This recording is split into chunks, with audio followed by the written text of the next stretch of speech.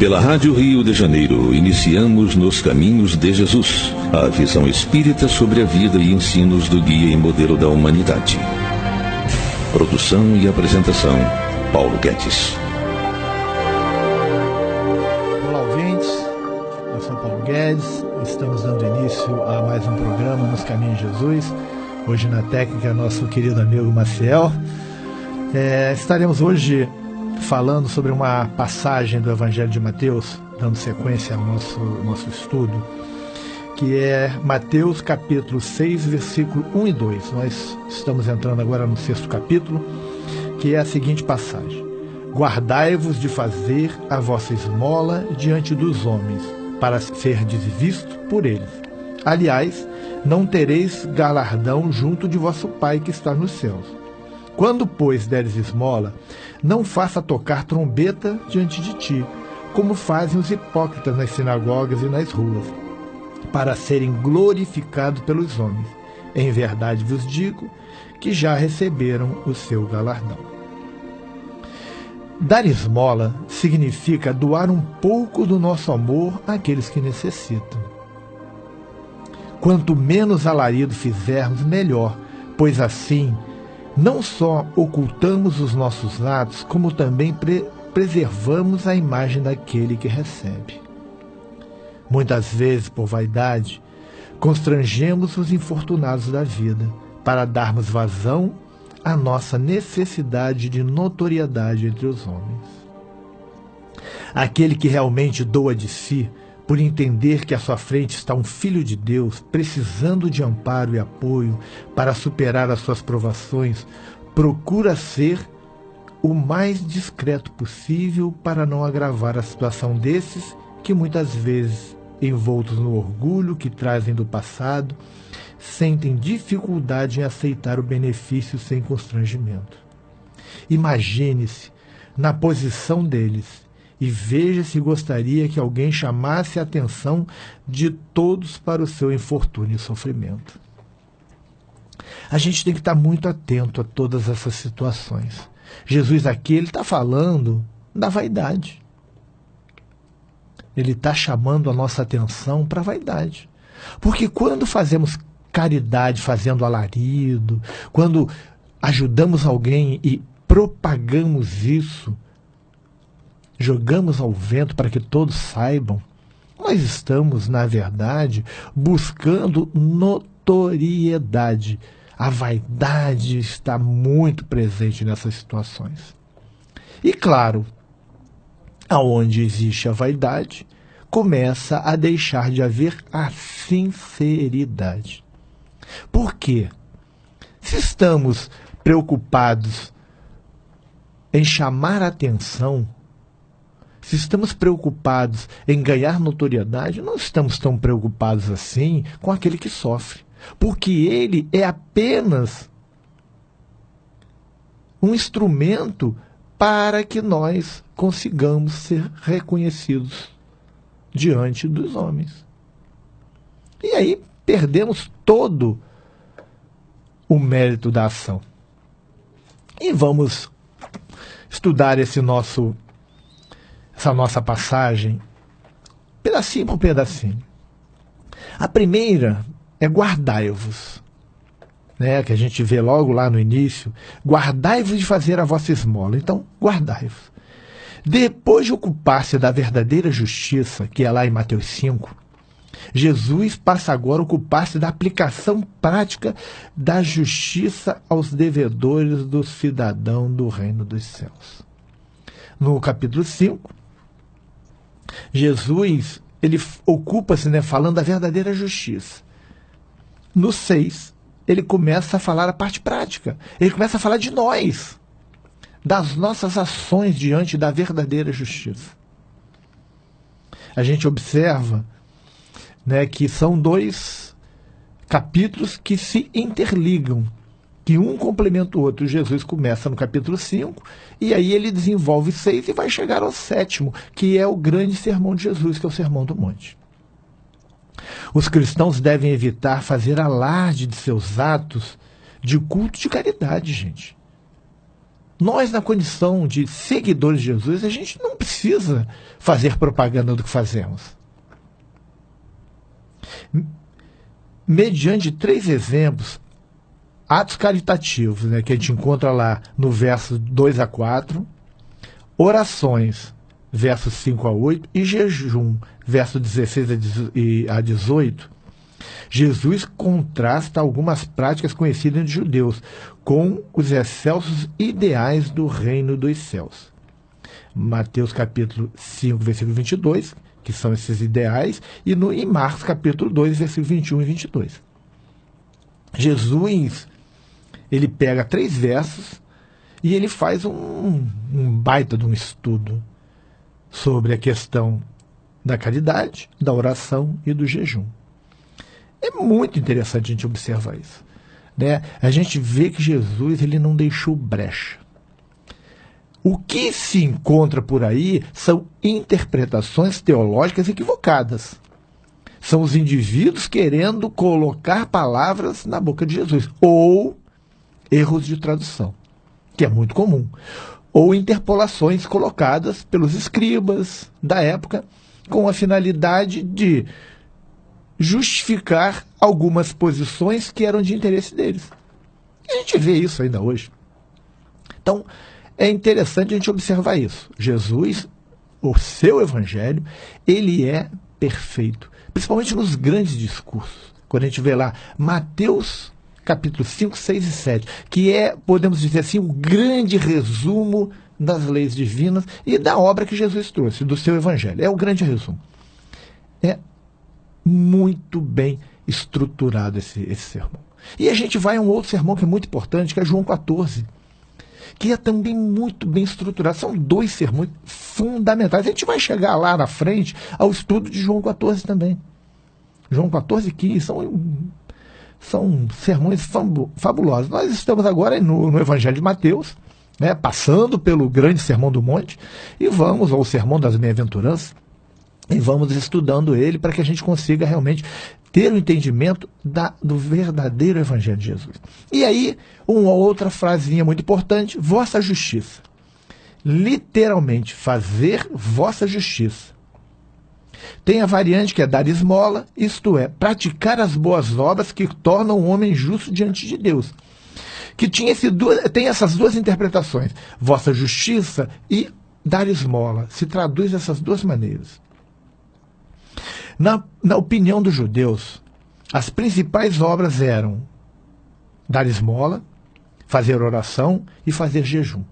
A gente encontra isso lá, quando esmola, lá no versículo 2 a 4, oração do 5 a 6 e jejum de 16 a 18, desse trecho que nós estamos falando.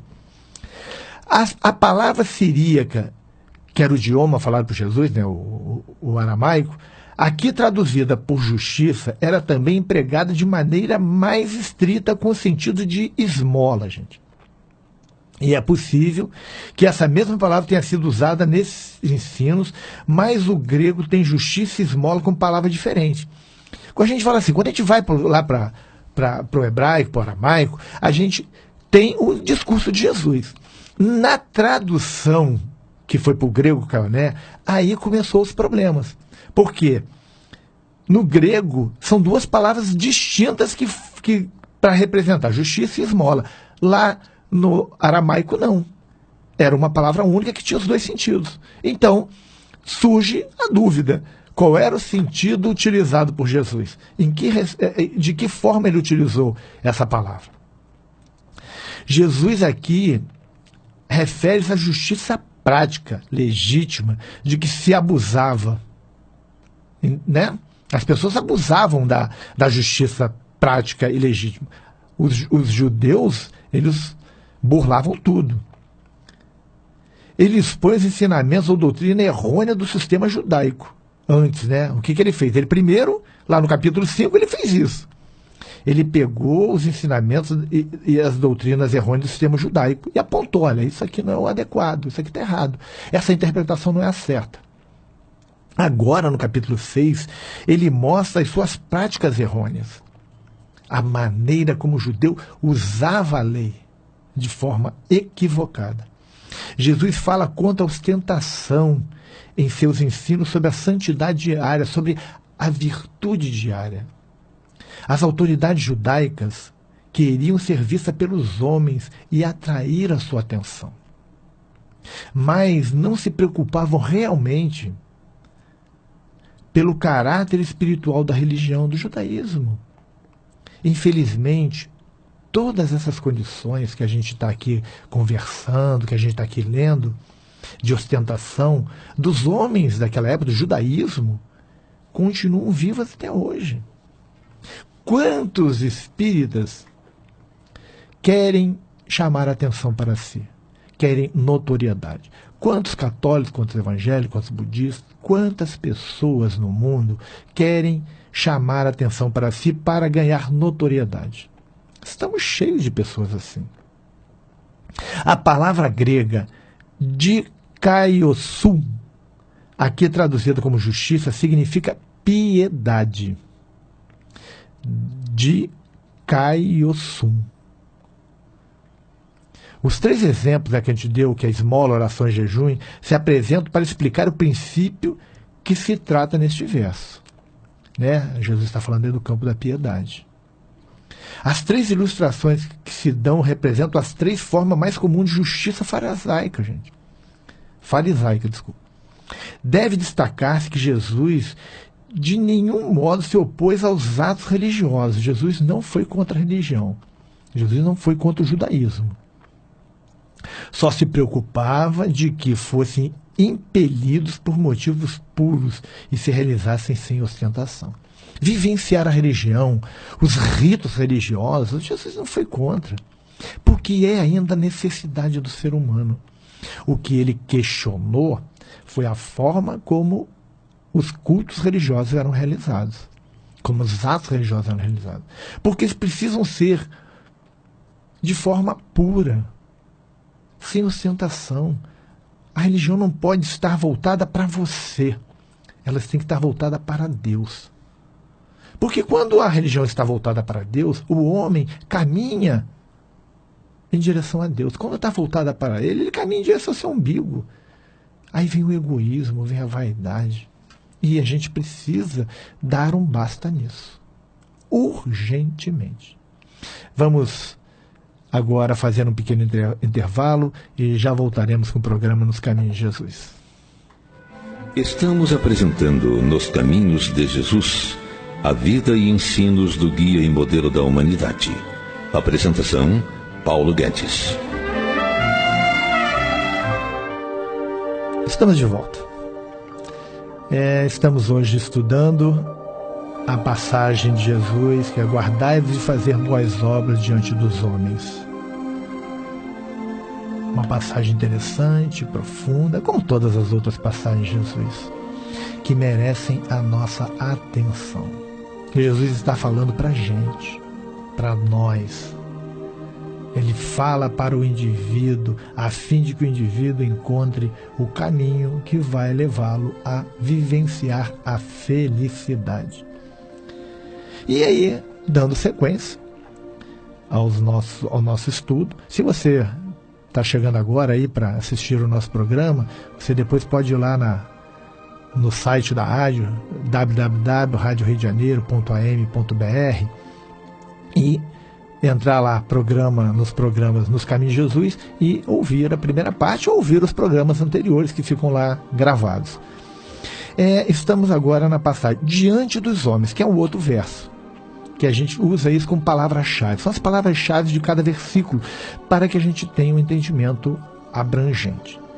Diante dos homens, como em desfile ante eles, com o propósito de chamar a atenção e a admiração. A gente vê isso no versículo 2, no verso 2. Lá no verso 2.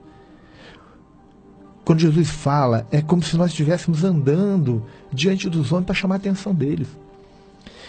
Só para ser visto, diante dos homens, para ser vistos. A gente dá outra palavra que vem em sequência. E aí a gente vai encontrar a palavra grega teaomai. Teaomai. Contemplar, olhar. Essa palavra quer dizer isso. A palavra teatro hoje, que a gente conhece, todo mundo conhece o teatro, tem origem, tem raiz nessa palavra. que é o lugar onde a gente vai para contemplar, olhar alguma coisa, no teatro, ver um espetáculo. As ações piedosas realizadas diante dos homens para serem vistos por ele tinham o propósito de ganhar a adulação deles. É a mesma coisa que um ator. Um ator está no teatro para ganhar a adulação do povo, para ganhar os aplausos, para que todos achem o seu desempenho como ator diante daquela plateia excepcional. Todos os atores querem representar da melhor maneira possível para chamar a atenção. E Jesus fala isso. Por isso que a palavra, ela tem a mesma raiz, né? Theaomai, de teatro. Porque os homens naquela época, eles iam fazer a caridade em rua, em praça pública, para chamar a atenção. Para se demonstrar caridosos, quando às vezes nem caridade havia por ali. Esse era o verdadeiro objetivo. Queriam ganhar aplausos. E eu não sei se hoje estamos muito diferentes disso, não. Fala-se em fazer caridade anônima. Poucos, muitas vezes, se oferecem, se apresentam. Mas quando se fala em fazer qualquer coisa que chame a atenção do público, aí as pessoas se apresentam com muita facilidade. Às vezes, eu vejo nesses encontros promovidos pelas religiões, aonde se colocam no palco aquela mesa com diversos representantes que não têm nenhuma finalidade de estar lá em cima, a não ser serem vistos. Isto é do que Jesus também está falando. As pessoas sobem para ter notoriedade. Porque não tem função. Vai alguém fazer um discurso, essa pessoa é o ponto focal, aonde todos estão indo para assistir. E fica aquele grupo de pessoas ali, vendo a palestra de costa, assistindo tudo de costa, para simplesmente ficarem de frente para o público, para todos saberem que, olha, aquele ali é uma pessoa de destaque. É desses que Jesus está falando. E olha que na doutrina espírita temos muito disso. Vamos a qualquer encontro espírita grande e a gente vai ver uma mesa cheia de representantes da doutrina, os baluartes, indo contra esta passagem que Jesus está falando. Eu sei que muitos espíritas, principalmente os que fazem isso, vão ficar chateados com essa minha postura, essa minha colocação, mas é uma verdade. Jesus há 2000 anos nos avisou. E nós continuamos cometendo os mesmos erros. Porque nós estamos ali para ser vistos.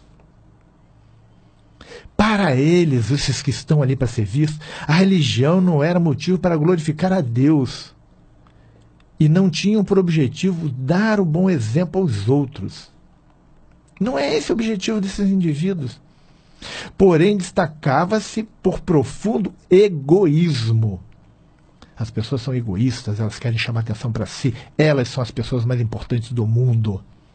Diante da dor, diante do sofrimento, diante do infortúnio, a pessoa mais importante do mundo é aquele que está passando pela dificuldade, e não o que está doando qualquer coisa. Temos que inverter a ordem das coisas. Temos que mudar a perspectiva. Jesus não se achou em momento algum a pessoa mais importante da Terra. O mais importante da Terra era aqueles que estavam à sua frente, sofrendo, precisando do seu amparo. Esses eram os mais importantes.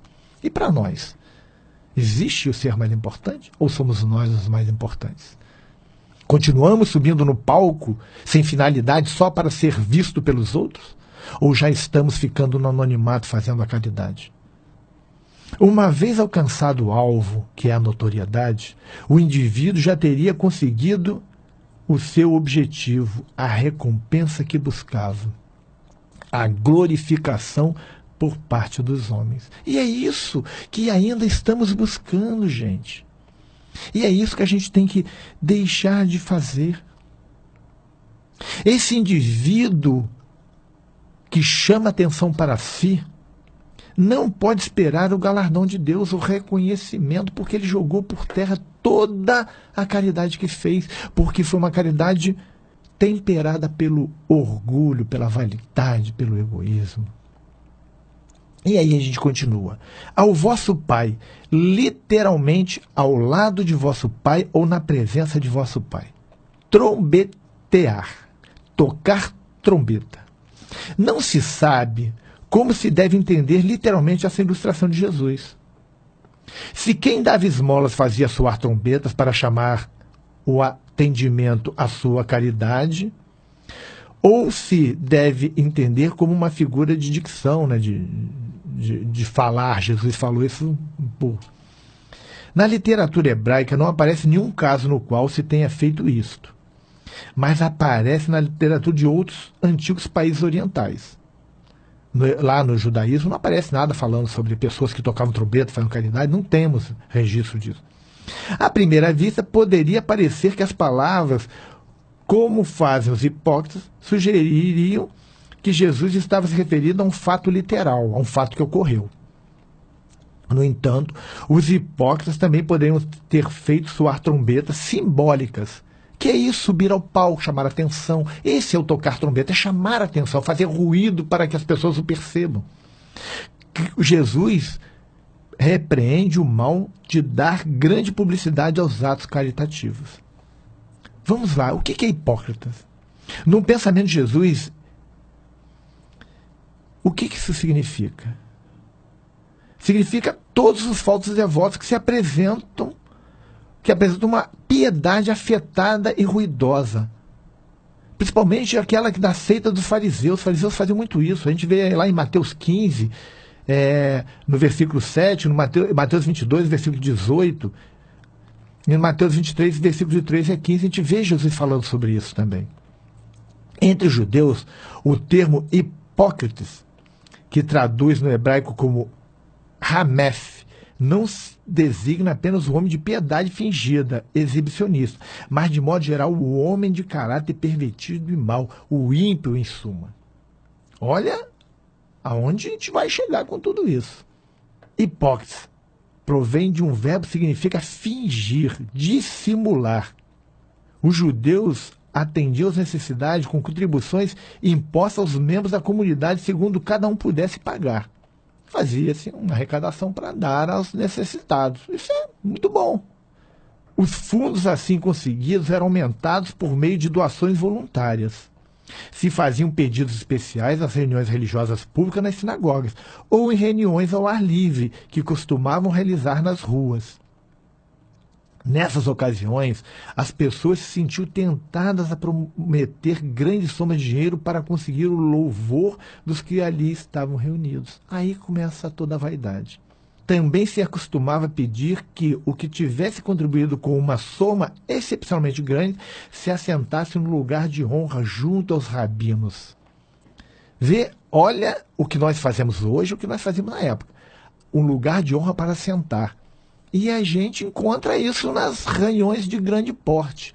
Aquelas pessoas que sobem ao palco para sentar porque são ícones. Não sei do que, mas são ícones. E aí merece os louros. E aí Jesus diz, já receberam a sua recompensa. Já tem sua recompensa. O grego faz ressaltar a ideia de que já receberam plenamente a sua paga. Lá no grego a gente entende isso. O verbo grego que aqui se traduz aparece com frequência em recibos escritos em antigos papiros gregos, onde significa cancelado ou recebido. Jesus disse que os hipócritas já tinham recebido tudo o que teriam de receber. Praticavam a caridade como uma transação estritamente comercial, mediante ao qual esperavam comprar a admiração pública. Não se preocupavam por aliviar a desgraça do pobre. Essa recompensa seria a única que teriam a receber. Você veja isso. O importante não era a dor alheia, aliviar a desgraça alheia. O importante era chamar a atenção para si mesmo. Essa era a coisa mais importante. Essa é a coisa mais importante até hoje, para muitos indivíduos. Por isso que eu faço, às vezes, críticas contundentes diante dessas reuniões que só chamam atenção para os indivíduos vaidosos. A gente tem que ter muito cuidado com isso, porque nós temos uma natureza ainda voltada para a vaidade, para o orgulho, para o egoísmo. Então, se a gente permitir que nos atraiam para essas situações, a gente fale. Por que não vivenciar o amor, vivenciar a caridade de forma mais discreta? Esse é o caminho. Nosso amigo Maciel já está aqui sinalizando o término do nosso tempo. Vamos ficar por aqui. E semana que vem estaremos juntos novamente, trazendo mais uma passagem de Jesus para podermos estudar. Fiquem todos em paz, que Jesus nos abençoe. A Rádio Rio de Janeiro apresentou Nos Caminhos de Jesus, a visão espírita sobre o guia e modelo da humanidade. Produção e apresentação, Paulo Guedes.